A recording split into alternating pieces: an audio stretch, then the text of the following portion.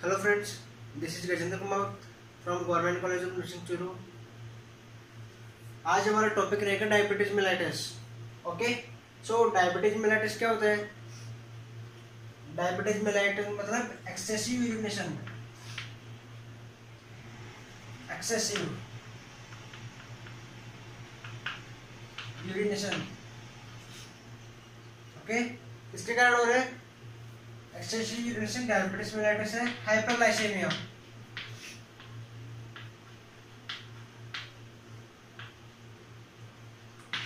सो excessive urination हो रहा है, किसके कारण हो रहा है? हाइपरग्लाइसेमिया के कारण हो रहा है। हाइपरग्लाइसेमिया कंडीशन हो रही है डायबिटीज मेलाइटिस में। ओके, इसमें क्या होता है? ग्लूकोज का लेवल है वो इंक्रीज हो जाता है। ग्लूकोज का नॉर्मल लेवल है उससे इंक्रीज हो जाएगा। ये ग्लूकोज का नॉर्मल लेवल होता है फास्टिंग कंडीशन में 70 से 110, और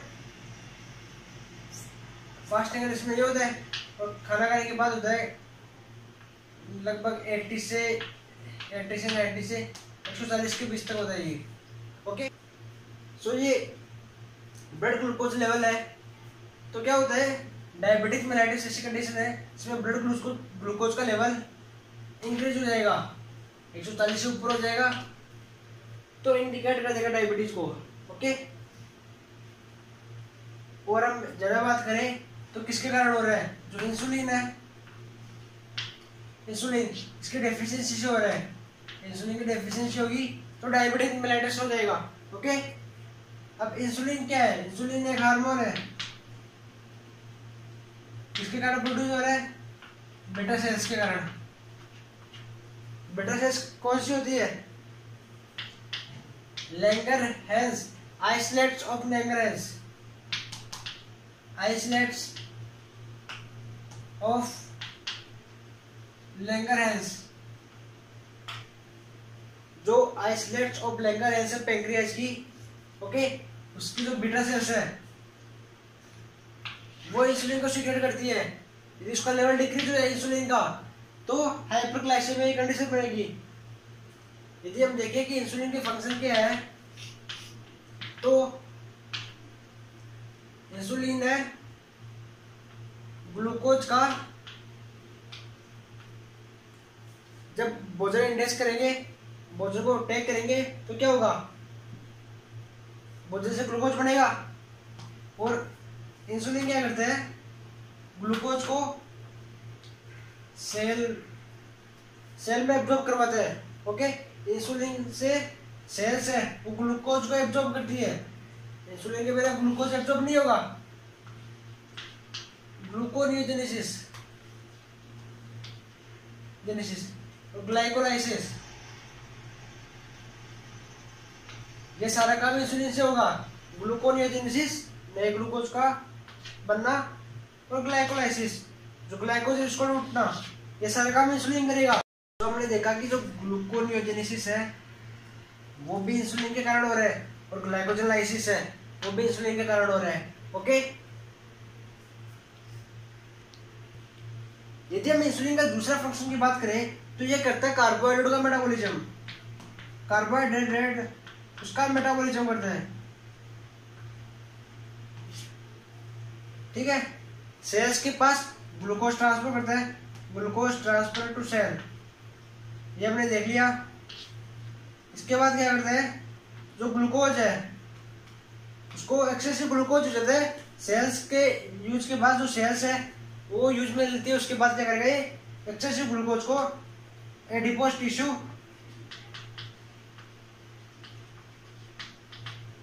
एंड लीवर के पास ट्रांसफर कर देगा। ओके, एडिपोज टिश्यू लीवर के पास ट्रांसफर कर देगा, तो ग्लूकोज का लेवल है वो इनमें ग्लाइकोजन के रूप में संचित रहेगा। ओके, ग्लाइकोजन का स्टोरेज रहेगा, यहाँ पे ग्लूकोज का स्टोरेज रहेगा ग्लाइकोजन के रूप में। ओके, सो अब डेफिनेशन की बात करें तो it is a metabolic disease that is characterised by excessive glucose in the blood due to insufficient function of insulin, insufficient secretion of insulin. Okay, जो ब्लड है उसमें ग्लूकोज का लेवल हाई हो जाएगा, ओके, अब जो ग्लूकोज है वो कैसे प्रोड्यूस होगा? जैसे भोजन इंटेज किया, भोजन का इंटेज किया, भोजन को टेक किया, तो डाइजेशन के बाद ग्लूकोज बढ़ जाएगा और ये ग्लूकोज एक्सेसिव अमाउंट में हो जाएगा। तो इस प्रोसेस के द्वारा बताया था कैसे आपको इंसुलिन है वो ग्लूकोज को यूज में ले लेगा। ठीक है, अब टाइप्स की बात करें तो टाइप्स दो प्रकार के होते हैं। पहला टाइप 1, सेकेंड है टाइप 2। ठीक है, तो टाइप फर्स्ट में क्या होता है, इंसुलिन है उसका प्रोडक्शन बिल्कुल ही बंद हो जाता है। टाइप फर्स्ट में क्या होगा, इंसुलिन का प्रोडक्शन बिल्कुल भी नहीं होगा। ठीक है, इंसुलिन का प्रोडक्शन नहीं होगा तो ग्लूकोज है वो सेल्स के पास ट्रांसफर नहीं होगा और न ही लीवर के पास होगा, न ही एडिपोज टिश्यू। ठीक है, अब जो सेल्स लीवर टिश्यू है वो ग्लूकोज को टेक नहीं कर रहे तो क्या होगा, ग्लूकोज का अमाउंट है एक्सेसिव अमाउंट हो जाएगा। किसमें होगा, ब्लड में। तो ब्लड में ग्लूकोज का लेवल बहुत ज्यादा हो जाएगा।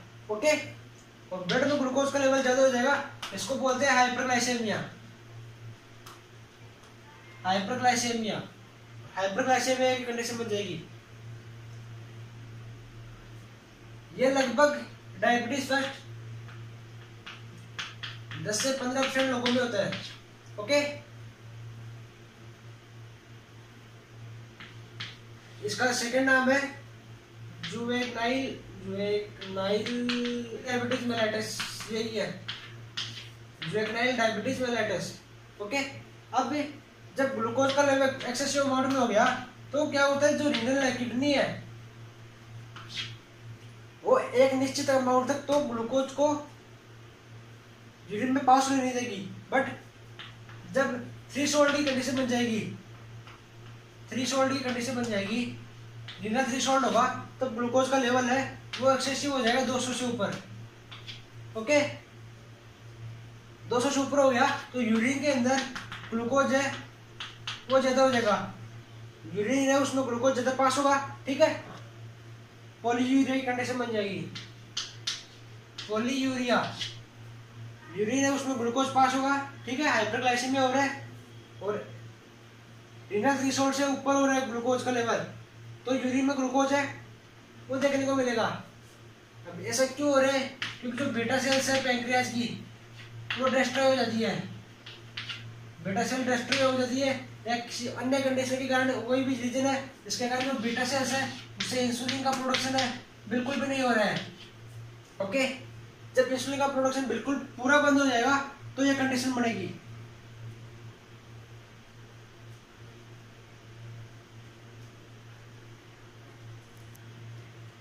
और हम बात करें तो जो डायबिटीज मेलाइटिस फर्स्ट है उसमें फैट है, फैट का क्या होगा, फैटी एसिड में चेंज होगा, फैट उठेगा और फैटी एसिड में चेंज होगा। ठीक है, फैटी एसिड से क्या होगा, कीटोन बॉडीज बनेंगे।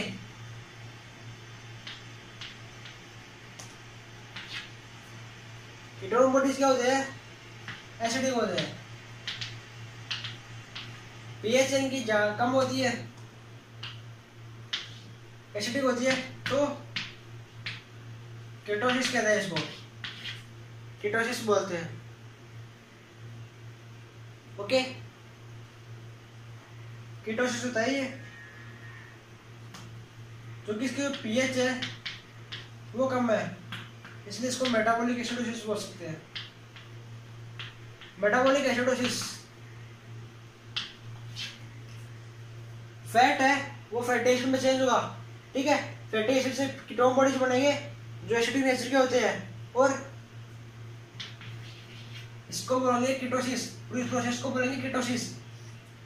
क्योंकि पीएच है वो कम हो रही है, ठीक है, एसिडिक है, इसलिए इसे बोलते हैं मेटाबॉलिक एसिडोसिस। ठीक है, अब इसकी ईटियोलॉजी की बात करें तो ईटियोलॉजी में होता है पैंक्रेटाइटिस, हमने देखा था कि जो पैंक्रियाटाइटिस है, पिछले लेक्चर में देखा था कि उसमें क्या होता है, जो पैंक्रियाज की सेल्स है, सेल्स वो डैमेज हो जाती है, और पैंक्रियाज की सेल डैमेज हो गई तो वो बीटा सेल्स है, उससे इंसुलिन का प्रोडक्शन नहीं होगा, तो इंसुलिन का प्रोडक्शन नहीं होगा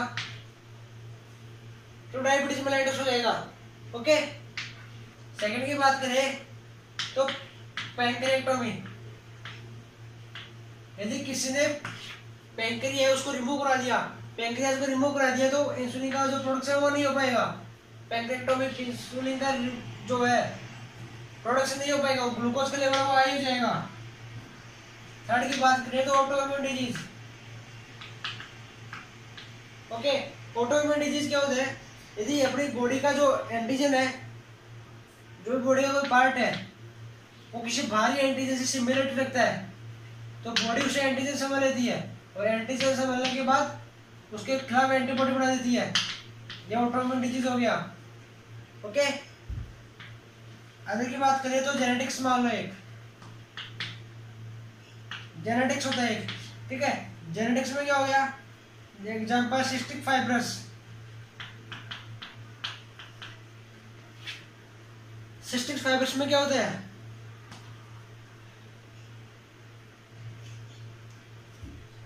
जो पैंक्रियाज है जेनेटिकली क्या होता है, जो एसिडर सेल्स है इसकी, ठीक है, एसिडर सेल्स है, इसमें क्या होगा, यहाँ पे पैंक्रियाज में जो म्यूकस है उसका सीक्रेशन ज्यादा होगा, ठीक है, एसिडर सेल्स से वहाँ पे म्यूकस का सीक्रेशन ज्यादा होगा, और म्यूकस का सीक्रेशन ज्यादा होने से जो एसिडर सेल्स है वो तो अडेप्ट नहीं हो पाएगी, ठीक है, लेकिन इसका प्रभाव, इफेक्ट है वो बीटा सेल्स पर भी पड़ेगा, और बीटा सेल्स है वो नष्ट हो जाएगी, वो डैमेज हो जाएगी, ठीक है, उसका फंक्शन है वो प्रॉपर वे में नहीं होगा,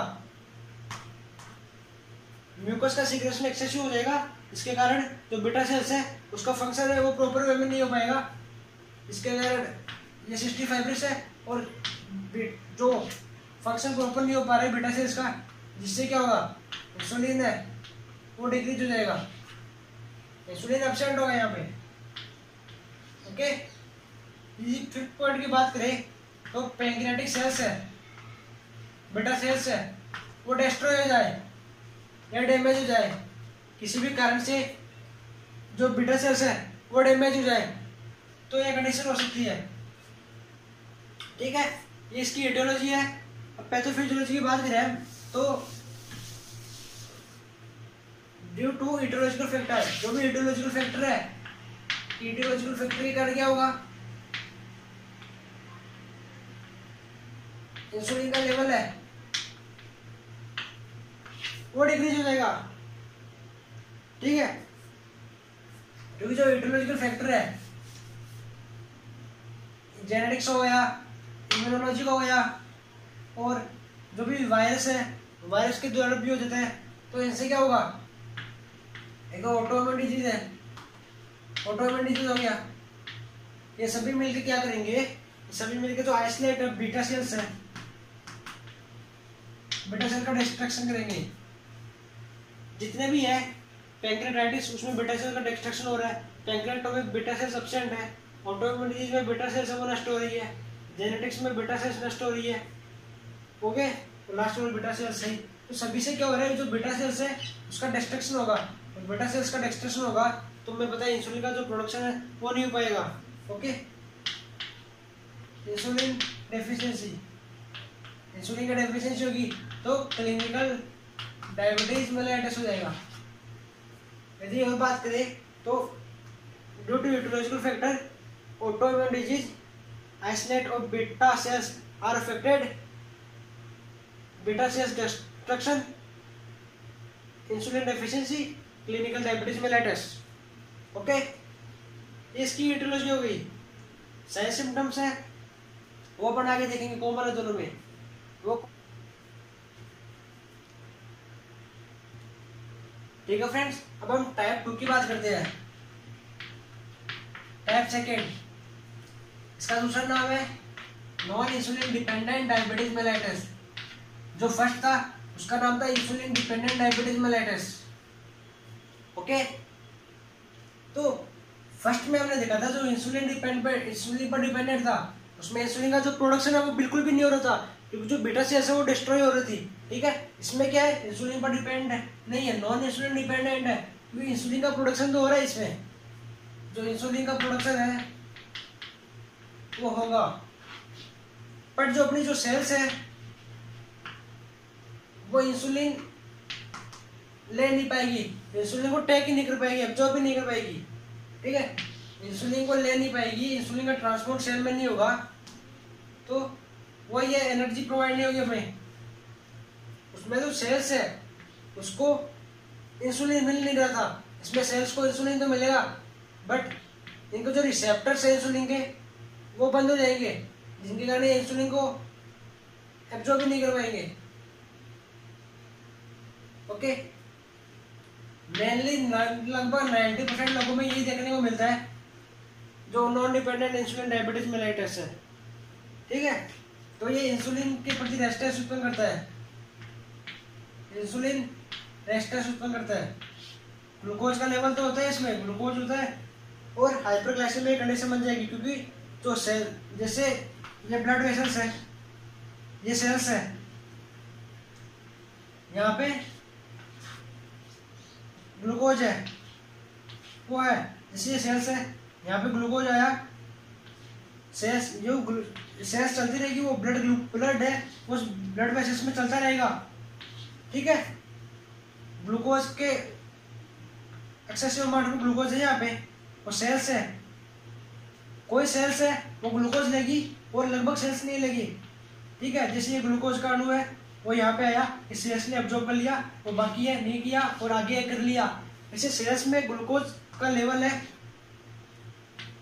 वो इंक्रीज हो जाएगा, क्योंकि थोड़ा बहुत ग्लूकोज है वो कंज्यूम हो रहा है सेल्स के द्वारा और बाकी नहीं हो रहा। इसमें क्या होता है, जो सेल्स है उसमें रिसेप्टर पाए जाते हैं। ठीक है, जो भी इंसुलिन के रिसेप्टर पाए जाते हैं वो बंद हो जाते हैं, क्योंकि इसमें फैट है वो हो जाती है चारों ओर। इसका मेन कॉज है ओबेसिटी।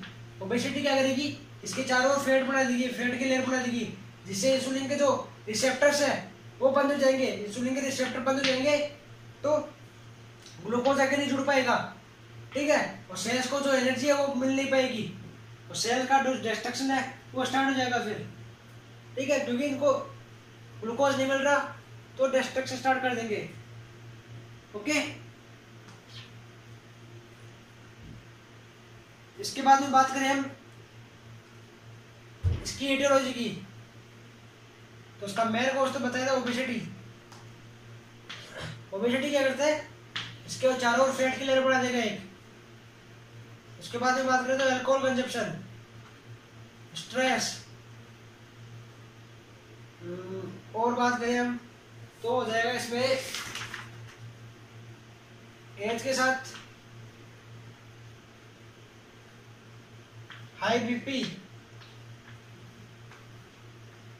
ब्लड प्रेशर इंक्रीज हो जाएगा, जो हार्ट डिजीज है कोरोनरी आर्टरी डिजीज।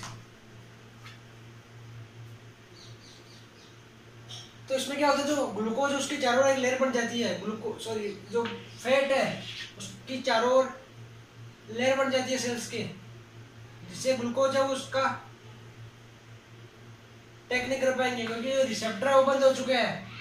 ओके, इसका मेन कॉज है ओबेसिटी।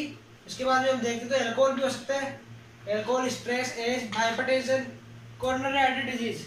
ओके फ्रेंड्स, क्योंकि कोरोनरी आर्टरी डिजीज है उसमें ऐसे होता है कि जो ब्लड वेसल्स है उसमें एक्सेसिव ग्लूकोज है वो डिपॉजिट हो जाता है। एक्सेसिव ग्लूकोज डिपॉजिट हो गया तो आगे ब्लड फ्लो नहीं होगा। ठीक है, आगे है ब्लड फ्लो है वो नहीं हो पाएगा, और ब्लड फ्लो नहीं हो पाएगा तो सप्लाई है वो डिक्रीज हो जाएगी। ठीक है, इंसुलिन की सप्लाई, ब्लड ग्लूकोज उसकी सप्लाई है वो डिक्रीज हो जाएगी।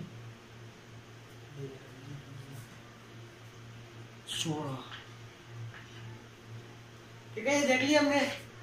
इसके बाद बात करी इसकी एटियोलॉजी की, तो अब इसकी एटियोलॉजी देखो।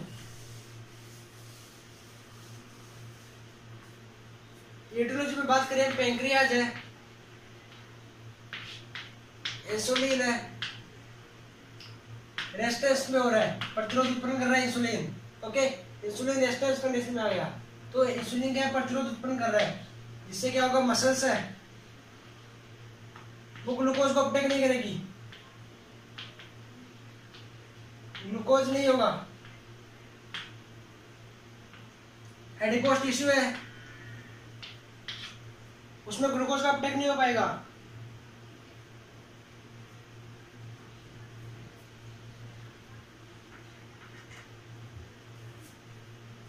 लीवर है, ग्लूकोज को अपटेक नहीं करेगा, ठीक है, और ग्लूकोज का जो प्रोडक्शन है वो बढ़ जाएगा। ग्लूकोज का जो प्रोडक्शन ऑफ ग्लूकोज वो बढ़ जाएगा। और तीसरे पॉइंट की बात करें तो फैट है, फैट का लिपोलाइसिस होगा, तो ग्लूकोज का अमाउंट है वो और बढ़ जाएगा, ठीक है। ग्लूकोज का अमाउंट और बढ़ गया तो हाइपरग्लाइसेमिया की कंडीशन होगी तीनों में। हाइपरग्लाइसेमिया क्योंकि जो पेंक्रियाज है उससे इंसुलिन का सीक्रेशन ज्यादा हो गया, इंसुलिन का सीक्रेशन हो गया इसमें हुआ है, तो क्या होगा, इसमें रेस्टेंस उत्पन्न कर रहा है, इंसुलिन रेस्टेंस उत्पन्न करेगा तो जो मसल्स की जो सेल्स है वो इंसुलिन को नहीं ले पाएगी, लीवर की सेल्स नहीं ले पाएगी। और फैट का इसमें क्या होगा, लास्ट में फैट है वो फैटी इसमें टूटेगा, फैटी लास्ट में ग्लूकोज बना देगी, तो ग्लूकोज का लास्ट में प्रोडक्शन ज्यादा हो गया। ओके, ये पैथोफिजियोलॉजी है इसकी। यदि हम साइन और सिम्टम की बात करें कॉमन, तो साइन और सिम्टम में हम देख सकते हैं कि जो कार्डिनल साइन है इसके वो मेन है। कार्डिनल साइन उसमें क्या होता है, सबसे पहले आता है पॉलीयूरिया। पेशेंट को क्या है, यूरिन है वो एक्सेसिव अमाउंट में होगा, यूरिन का जो फ्रीक्वेंसी है वो ज्यादा हो जाएगी। पॉलीडिस्फेजिया, पेशेंट को भूख ज्यादा लगेगी, ठीक है। पॉलीडिस्फेजिया मतलब पेशेंट को भूख है वो ज्यादा लगेगी। और पॉलीडिप्सिया, पेशेंट को थ्रस्ट वो ज्यादा लगेगी, पेशेंट को यूरिन ज्यादा होगा, भूख ज्यादा लगेगी। और पॉलीडिप्सिया में पेशेंट को वह थ्रस्ट है वो बढ़ जाएगी। ये इसके कार्डिनल साइन है, इंपॉर्टेंट साइन है। ओके, इसके बाद बात करें स्लो वाउंड हीलिंग। जो पेशेंट पे घाव हो जाते हैं वो बहुत धीरे धीरे होंगे, क्योंकि जो ब्लड वेसल्स में माइक्रो वेसल्स है, ठीक है, वहां पे ग्लूकोज है, ग्लूकोज का लेवल बढ़ जाएगा, ठीक है। तो जो सप्लाई है वो आगे नहीं हो पाएगी अच्छे से, सप्लाई अच्छे से नहीं हो पाएगी ब्लड की, तो वाउंड हीलिंग वो स्लो हो जाएगी। फैटिक होगा, फैटिक की कंडीशन बन जाएगी, ठीक है। फैटिक होगा, थकावट होगी, क्योंकि जो एनर्जी है वो नहीं मिल पाएगी, तो फैटिक हो जाएगा। ओके, विजन है, विजन ब्लड होगा, ब्लड विजन क्यों हो रहा है, क्योंकि जो रेटिना पर फैट है, रेटिना की जो लेयर है उसमें फैट है, ग्लूकोज है, ग्लूकोज है वो डिपॉजिट हो रहा है, ठीक है। ग्लूकोज डिपॉजिट होगा तो ब्लड विजन दिखाई देगा, ठीक है। इसके बाद में बात करें स्किन का खुजली होगी। ये जो इसके मेन सिम्टम्स है वो हमने देख लिए पूरे लगभग। हाँ, और एक चीज, इसमें वेट लॉस होगा, पेशेंट को वेट लॉस होगा, ठीक है। तो ये एक्सेसिव इरिटेशन होगा, पेशेंट को एनर्जी नहीं मिल पाएगी, और एनर्जी नहीं मिल पाएगी तो पेशेंट को वेट है वो ज्यादा लॉस हो जाएगा। ओके,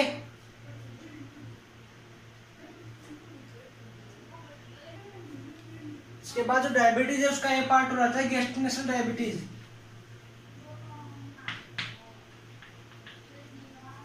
गेस्टेंशियल डायबिटीज, ठीक है। जो गेस्टेंशियल डायबिटीज है वो प्रेगनेंसी के टाइम पे होता है, प्रेगनेंसी पे क्या जो प्लेसेंटल हार्मोन है, एंजाइम्स है, उनका लेवल इंक्रीज हो जाता है और वो क्या करते हैं, हाइपरग्लाइसेमिया कॉज करते हैं, हाइपरग्लाइसेमिया कॉज करेंगे। ठीक है, ग्लूकोज का लेवल वो इंक्रीज हो जाएगा, जिससे डायबिटीज की कंडीशन बन जाएगी। जब बेबी की डिलीवरी हो जाएगी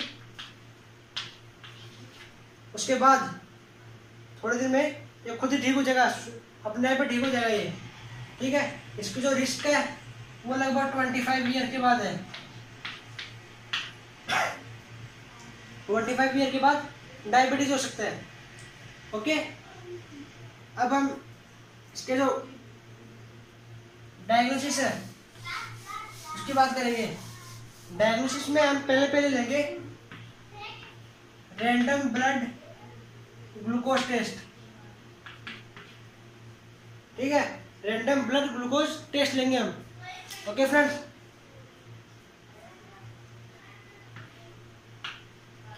तो इसमें बात करें हम रैंडम ब्लड शुगर भी बोल सकते हैं, शुगर टेस्ट, इसका नाम RBS है वैसे। ठीक है, तो टेस्ट है रैंडम ब्लड शुगर टेस्ट या रैंडम ब्लड ग्लूकोज टेस्ट। इसमें क्या होगा, पेशेंट का जो ब्लड शुगर लेवल है वो रैंडमली चेक करेंगे और रैंडमली चेक करने के बाद पेशेंट का ब्लड शुगर लेवल यदि 70 से 140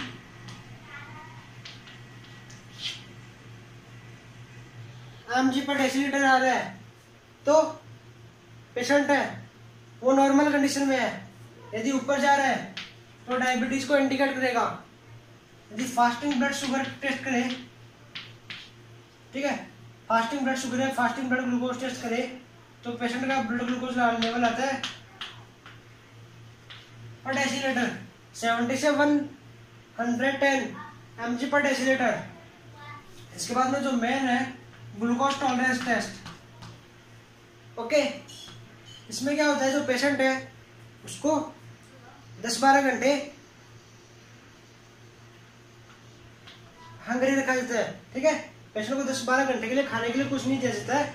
और जैसे नाइट की कंडीशन हो गई, रात को पेशेंट ने खाना खा लिया और फिर सो गया और सुबह 10 घंटे के बाद जैसे वो डॉक्टर के क्लिनिक में गया और डॉक्टर ने उसको क्या किया, 1 ग्लास ग्लूकोज है वो इंटेक करवाया, 75 ग्राम के लगभग 75 ग्राम ग्लूकोज इंटेक करवा दिया पेशेंट को। ओके, तो 2 या 3 घंटे बाद उसका इवैल्यूएशन करेगा। यदि पेशेंट का ब्लड ग्लूकोज लेवल 70 से 140 तक आ रहा है तब तो पेशेंट है वो नॉर्मल कंडीशन में है। यदि पेशेंट का ब्लड ग्लूकोज लेवल 140 से 199 तक आ रहा है, ठीक है, 199 तक आ रहा है तो पेशेंट प्री डायबिटिक कंडीशन में है। और 200 से ऊपर है तो ये डायबिटिक कंडीशन में है पेशेंट। ओके, ये होता है ब्लड ग्लूकोज टॉलरेंस टेस्ट है। पेशेंट को रात से खाने के लिए कुछ नहीं दिया, पीने के लिए कुछ नहीं दिया, सुबह उठ के 10 घंटे बाद में वो डॉक्टर की क्लिनिक पे जाएगा तो डॉक्टर ने उसको 1 ग्लास जो ग्लूकोज है उसको इंटेक करवाया, 75 ग्राम के लगभग इंटेक करवा दिया पेशेंट को। 2-3 घंटे के बाद वो टेस्ट करेगा तो ग्लूकोज लेवल है वो यदि 140 से 199 mg पर डेसीलीटर है तो जो पेशेंट है वो प्री डायबिटिक कंडीशन में है। यदि जो ग्लूकोज लेवल है 70 से 140 में आ रहा है तो ग्लूकोज लेवल है वो नॉर्मल है और 200 से ऊपर जा रहा है तो डायबिटीज कंडीशन में आ गया पेशेंट। ओके, इसके बाद हम बात करें एक टेस्ट और है ग्लाइकेट हीमोग्लोबिन टेस्ट। ग्लाइकेट हीमोग्लोबिन टेस्ट में क्या होता है, 2-3 महीने में एक बार किया जाता है। ठीक है, 2 या 3 महीने में एक बार किया जाता है। इसमें जो ब्लड है, ब्लड में हीमोग्लोबिन है उसकी बाइंडिंग कैपेसिटी चेक करते हैं ऑक्सीजन के साथ। ओके, तो बाइंडिंग कैपेसिटी चेक करते हैं ग्लूकोज की, जो हीमोग्लोबिन है, ठीक है, हीमोग्लोबिन की बाइंडिंग कैपेसिटी चेक करते हैं ग्लूकोज के साथ। ग्लूकोज है वो हीमोग्लोबिन के साथ कितना बाइंड हो चुका है, ठीक है, उसके हिसाब से हम एलिवेट कर सकते हैं डायबिटीज के पेशेंट को। इसके बाद हम यूरिन टेस्ट करवा सकते हैं। यूरिन टेस्ट में यदि ग्लूकोज प्रेजेंट है तो हम पता लगा सकते हैं ठीक है। इसके बाद आप करवा सकते हैं इंसुलिन टेस्ट, इंसुलिन की डेफिशिएंसी हो रही है तो हम इवैल्यूएट कर सकते हैं। ओके, इस प्रकार से जो डायबिटीज है उसका डायग्नोसिस तक हमने देख लिया। अगले लेक्चर में हम बात करेंगे इंसुलिन के मैनेजमेंट और कॉम्प्लिकेशंस के बारे में। इसके जो कॉम्प्लिकेशन है, 2 कॉम्प्लिकेशन है, ठीक है, वो हम अगले लेक्चर में बात करेंगे। ठीक है friends, best of the luck.